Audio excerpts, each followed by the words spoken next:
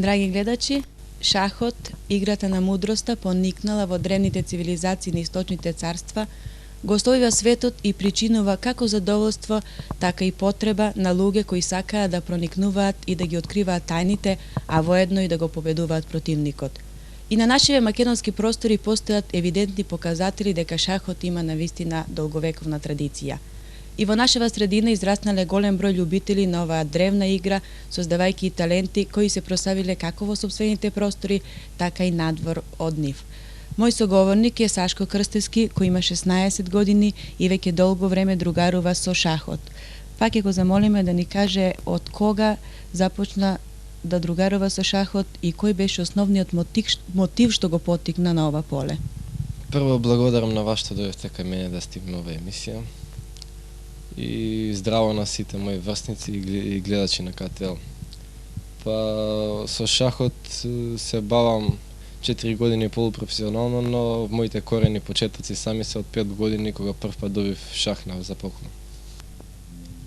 Колку случајноста е одига улогата кај тебе за да го засакаш шахот и нормално активно да се занимаваш со него? Па да, тоа беше случајен настан пред 4 години. Така се враќав еднаш од надпревар од спортската сала и случајно сретнав еден мој другар и тој ме замоли да го почекам 15 минути, веќе ќе играле симултанка со професорот Владко Крстевски, подоцна и мој професор. И ми рече брзо ќе завршили и ќе си идеме заедно дома. Така ја седнав и имаше 8 шаха, имаше 7 таму членови. И немаше кој да игра на 8, па и мене ме ставија. И така играв, јас сите брзо изгубија, само ја останав на крај, професорот седна со мене, мишлеше и ме победи. Но виде дека има нешто во мене и ме замоли таму да доаѓам во секцијата, во пионерски. Кој најповеќе те поттикна и нормално каква беше улогата на професорот Владко Стефановски врз твоето понатамошно усмерување? Па ме поттикна за љубовта во пона што гледав татко ми како играм со своите другари. И така како мал гледав црни бели полиња фигури. И потоа јас кога научив да играв со него така почесто. И потоа дојде шаховска секција при домот на пионери. И тука голема дел од мојот успех има и Владко Крстевски, кој што ми даде љубов за шах и волја. Значи тој е доста млад, 27-5-6 години. И тој ги знае оние работи ја што провеѓав и така и ме мотивираше и сите други таму ме мотивираше за на понапред. Колку стручната литература беше застапена во ова твое шаховско усмерување?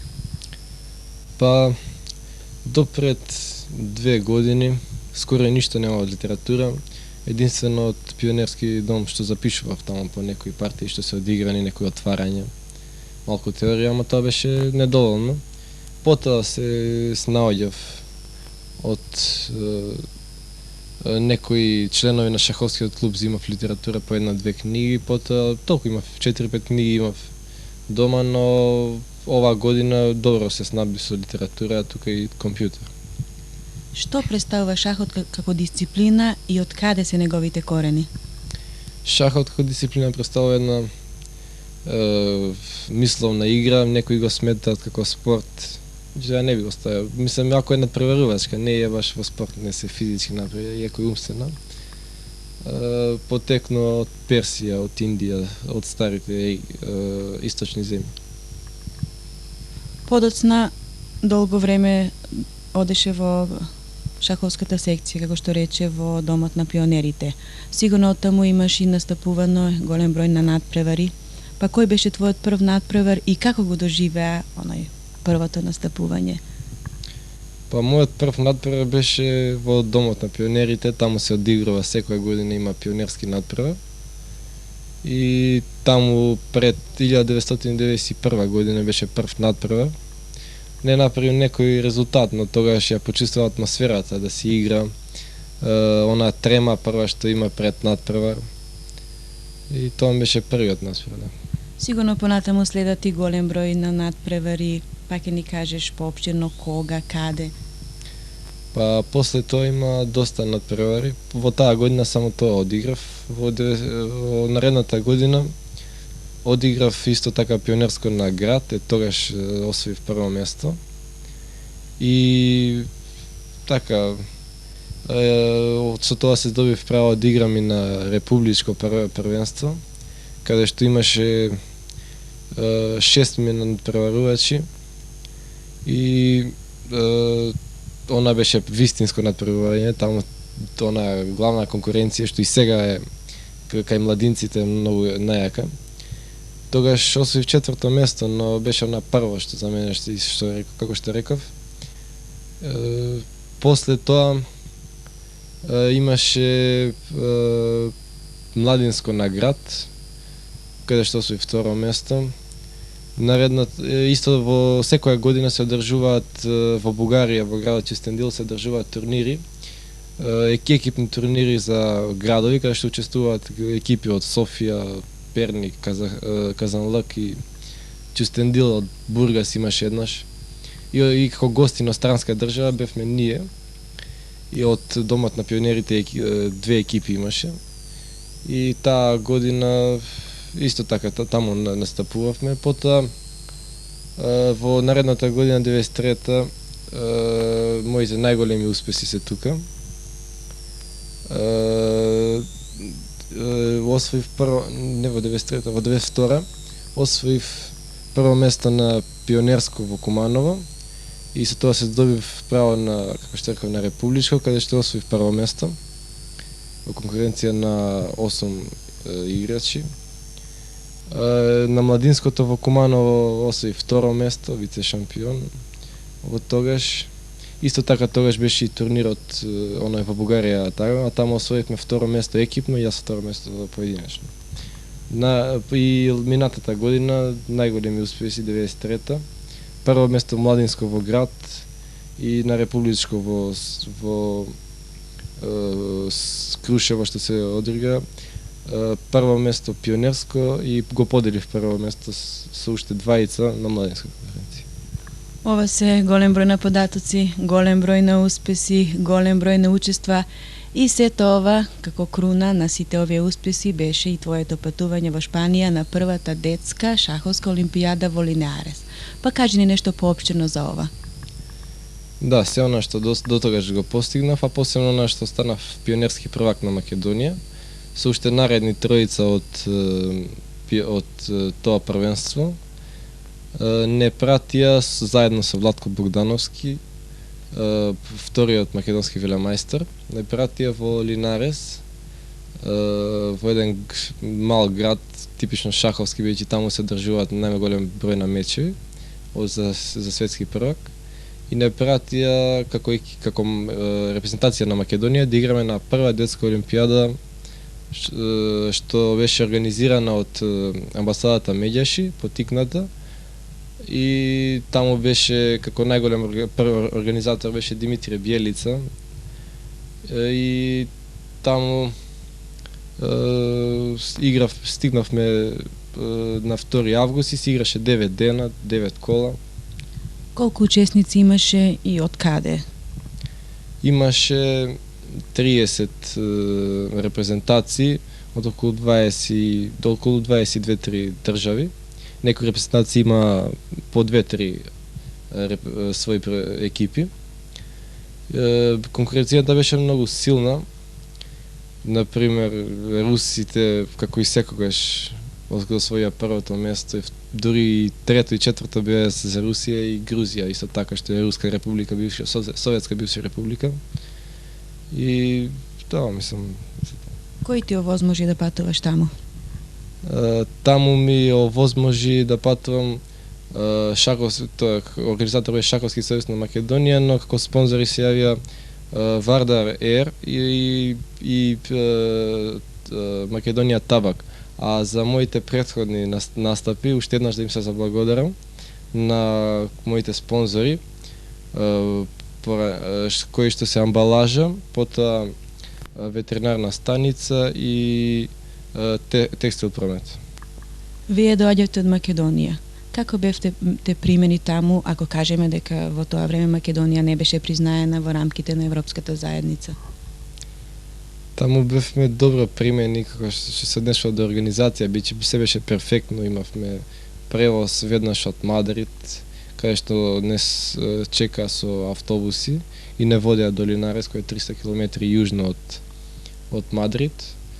Организацијата беше добра, но за информираноста за Македонија не беше баш, мислам, тие не знаеа баш, некој ме прашува дали се наоѓа во Јужна Америка или во Средна Америка, дека некој вика, бидејќи на шпански јазик значи воќна салата, па затоа не беа многу информирани што е Македонија, дури подоцна, некој велеа Грчка или Македонија.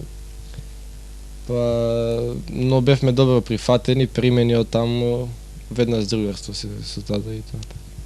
На каков начин се одвиваше другарувањето? Па, ние знаевме помалку и повеќе англиски јазик. Тие некои од нив знаеа, но доста малку знаеа тие англиски. Некои не ни знаеа ни еден збор да кажат.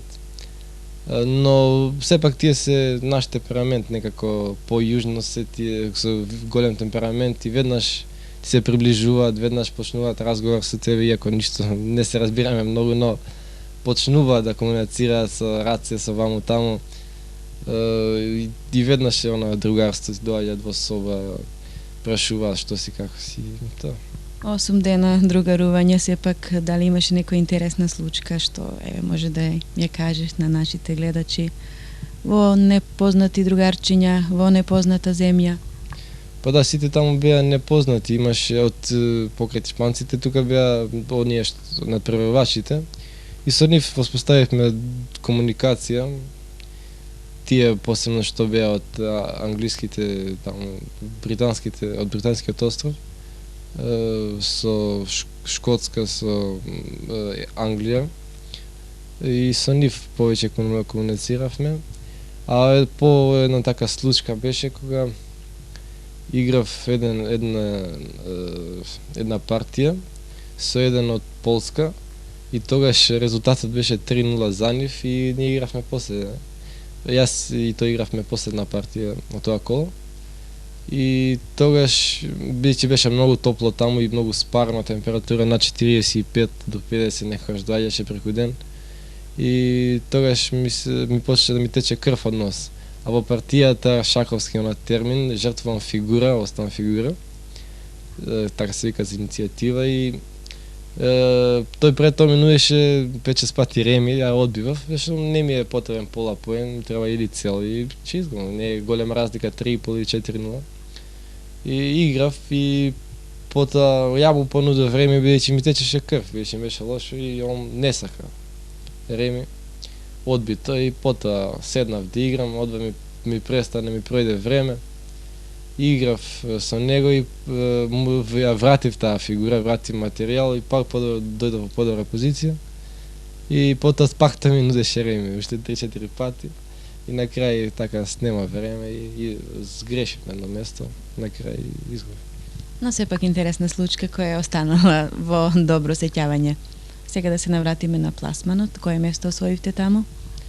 Над сите очекувања, бидејќи сите не смета и таму и од кај нас бевме некаде, мислам, така не смета дека сме од 20, околу 20 место, но ние многу изненадивме, добро игравме по последните кола, 4-5 победи поред имавме и на крај се избивме на 6-та позиција, поделивме 6-та позиција уште некои. Со тоа треба да кажам дека пред нас беа само 3 руски репрезентации, една грузиска и британска, англиска репрезентација, тоа значи дека само 3 репрезентации се пред нас, како четврта нација. 6-то место, тоа е сепак за пофалба во таква голема конкуренција. Дали бевте задоволни од резултатот? Сите беа задоволни и тогаш, мислам, се дигна и во Македонија, сите почна по телевизија, едно друго, на аеродром не чека, новинари, но тогаш беше голем успех тоа.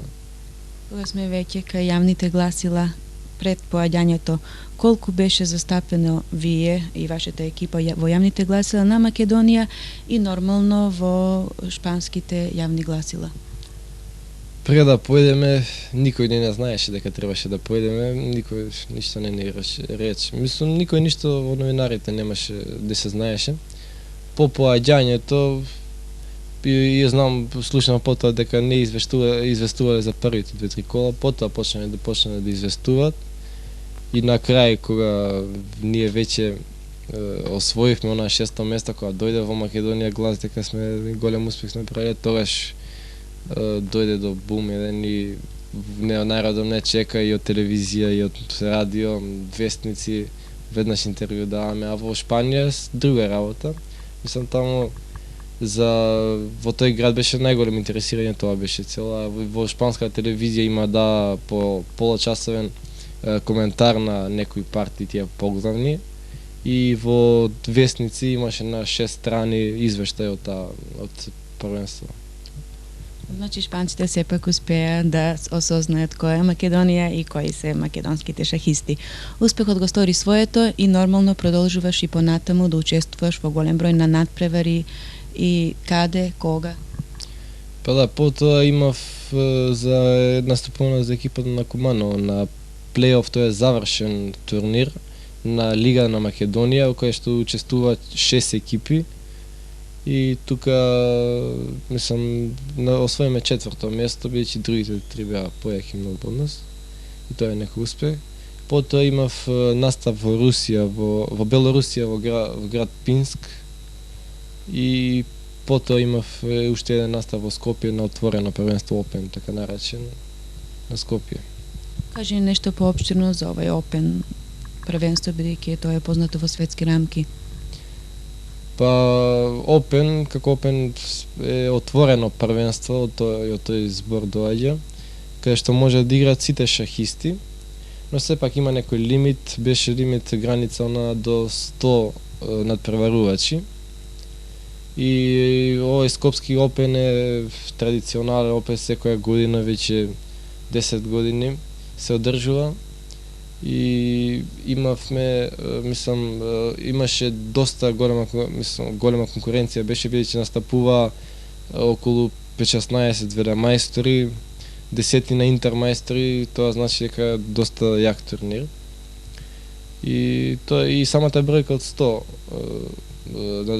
надпреварувачи е, мислам, направашна. Твојот пласман на овој турнир? Па, мојот пласман го подои 27 место, со тоа дека ако се има предвид дека има тука толку јаки надпреварувачи, тоа е голем успех, 5 поени. Сепак, како ги сврлиме велемајсторите, интермајсторите, некаде би дошол на првото место, сигурно. Па, така нешто, бидејќи некои мислам, имаше некои зад, што зависи тоа од ждрепка, тако е систем. Оваа година на изборот на спортист на годината бевте прогласен за најперспективен млад спортист. Што значи овој успех за вас? Па да, оние успеси сите што ги постигнав ми донесоа тоа звање, најталентиран, најперспективен спортист во град Куманово. Тоа ми значи многу, бидејќи тоа е признание во самиот град, во свои луѓе кои што највише се треба се цени, бидејќи своите ако не те признаваат, мислам, џабе да играш, мислам тоа. И тоа ми значи многу како морална поддршка и за натаму да работам. Сашко, твоите планови за понатаму? Па моите планови за сега се големи планови, дали ќе се остварат, не знам. Но сега играв во клубот Куманово, Мидкомерц, но мислам сега овој месец е преодниот рок и преваѓам во Алкалит од Скопје. Оно што е прв, мислам, мината година што освои прво место на екипното првенство. Планови поединечни, мислам да освојам оваа година, ако можам, младинско првенство на Македонија. И што подобро да се пласирам, бидејќи тука се формира од младинци репрезентации, натаму ќе треба да си играме. И она најголемо оваа година што ме очекува, мислам дека е во мај, 31 мај почнува првенство во Романија, европско првенство поединечно. Има конкуренција 10, 12, 14, 16 години. Не знам дали има 18 и 20, јас сум до неја до 16 години. И тука треба добро да се припремам и во таа конкуренција да изиграм добро. Кога ја споменавме еднината, дали шахот за тебе ќе понатаму ќе представува забава или може да постане професионална определба? Зависи од тоа што ќе постигнам до средна школа и малку и факултет, мислам. Ако нешто постигнам, ја мислам дека ќе преидам во за шах да ми биде професионално, ако сега ми е полупрофесионално. Но на предно стои школа. Мислам, ако не постигнам, потонатаму ќе си видам како хоби, мислам како забава. Колку време е потребно да се помине покрај шаховската табла да се постигнат овие изворедно резултати? Па порано ми требаше повеќе време, бидејќи од книги се работи, па на шаховска табла, па се измердуваат, па се враќаат позиции.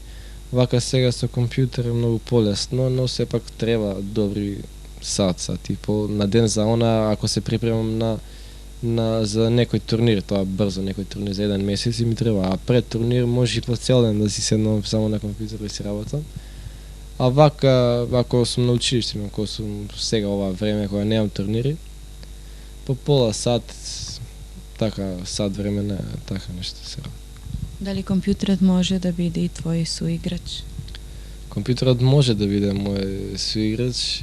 Повеќе го користам како да гледам партии што си одиграни досега, но може да биде и како соиграч да играм и со него, зашто они идеи што сам треба да ги измислам и со компјутерот играм понекогаш. Дали шахот е поврзан со некои од природните науки и колку тоа ти помага?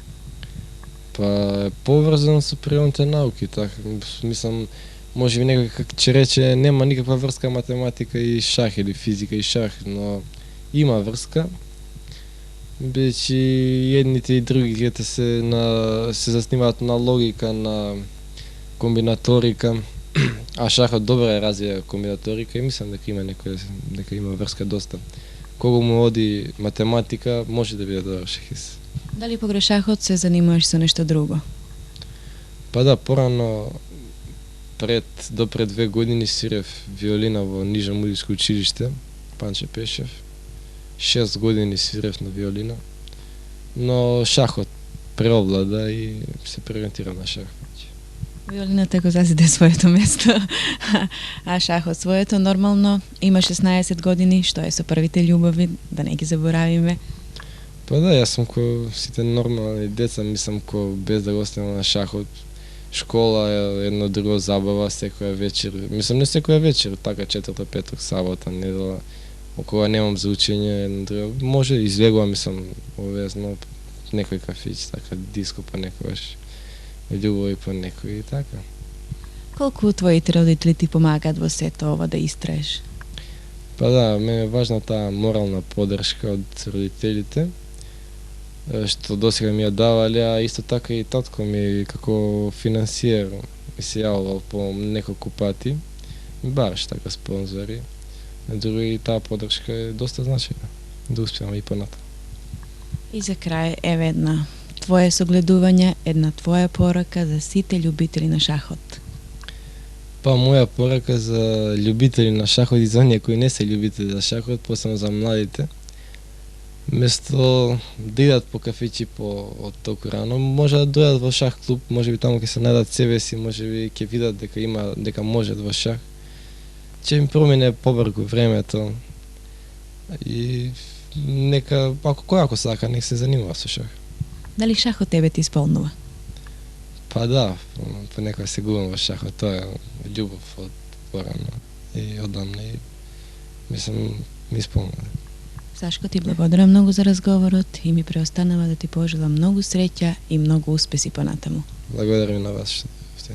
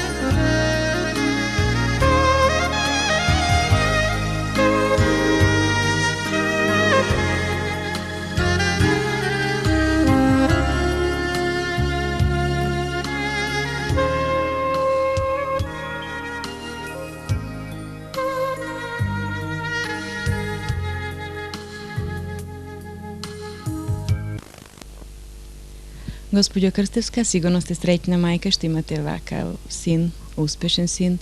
Da li neko во вашето семејство претходно се занимаваше со ова игра или се тоа е резултат на неговото лично залагање? Прво ви благодарам што дојдовте во нашата куќа за да направите интервју со мојот син, а исто така ви благодарам што еве не почестивте со вакви прашања кон мене и мојот сопруг. Во моето семејство, постариот брат прв почна да игра шах, потоа и ние, јас и помалиот брат, се приклучивме во оваа древна игра и мислам дека ни причинуваше големо задоволство да играме помеѓу себе. А инаку брат ми, постариот, многу беше и така познат во градот по играње на шах, така да кога јас се омажив и добив син, за првиот негов роден ден му купив еден така поклон од наречен шах. И додека тој раснеше, јас и сопругот игравме понекогаш во слободно време. Тој не гледаше и мислам дека и љубовта за оваа древна игра потекнува од тука, дури потекнува и од моите браќа кои има таа можност да биде тој присутен во доволен број часови кај нив, бидејќи мојата мајка го чуваше и тие едноставно си игра со него, го учеа како се движат фигурите, што значи тоа. Мислам дека и корените на шахот, на љубовта кон шахот кај мојот син потекнуваат токму од овие две семејства. Како мајка, како ги доживувавте сите негови успеси, сите надпревари? Па видите, тој не само со шахот се бавеше, уште многу порано од почеток со многу други работи, да конечно по известно време се определи во последниве години поактивно да се занимава со шахот, преку кој ете доживеа видни резултати и ние секако сме среќни, го поддржуваме, ќе го поддржуваме се додека можеме, додека сме во можност да му ја пружаме таа наша помош. Ви благодарам многу за разговорот, а сега ќе го замолам таткото, односно господин Крстевски. Сашко неколку пати во разговорот го спомена вашето како морална, така и финансиска помош. Па на каков начин и односно колку влијае сето тоа врз вашиот семеен буџет?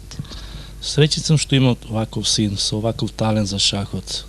Јас во почеток вложив некои средства, но поради мојата службена делатност имало услови да побарам спонзори од надвор. Тие во почетокот ми помогна на Сашко за да учествува на републичките првенства на Македонија. Како што рече син ми во претходното негово излагање, спонзорите беа ветеринарно-стошарскиот центар Тодор Велко од Команово, Текстил Промет, кој најповеќе ми помогна преку неговиот директор Болто, кој е многу заинтересиран за шахот. Осим овие спонзори беа и Совка во првото негово такмичење во Струга и амбалажа. Во полнотомошниот развој на мојот син Сашко потребно е да се појави некој спонзор кој треба да го догура до онај врв што, како Сашко вика, вели, сонува за една велемајсторска титула и молам, ако можат некои од спонзорите да го прихватат овој талент, како што зборува стручњаците од Шаховскиот сојуз на Македонија, дека Сашко е еден од најталентираните шахисти на Македонија. За мојот буџет во ова време каде е многу на ниско ниво, пак Многу малку можете да му пружите. Да, многу малку можеме да пружиме, али треба да се вложува во еден дел од својот личен доход за да детето и натака продолжи со победносниот поход како во шахот, така и во учењето во гимназијата. Господин Крстевски, ви благодарам за разговорот, ви пожелувам многу среќа и би сакала да кажам дека сте навистина среќни родители што имате ваков син.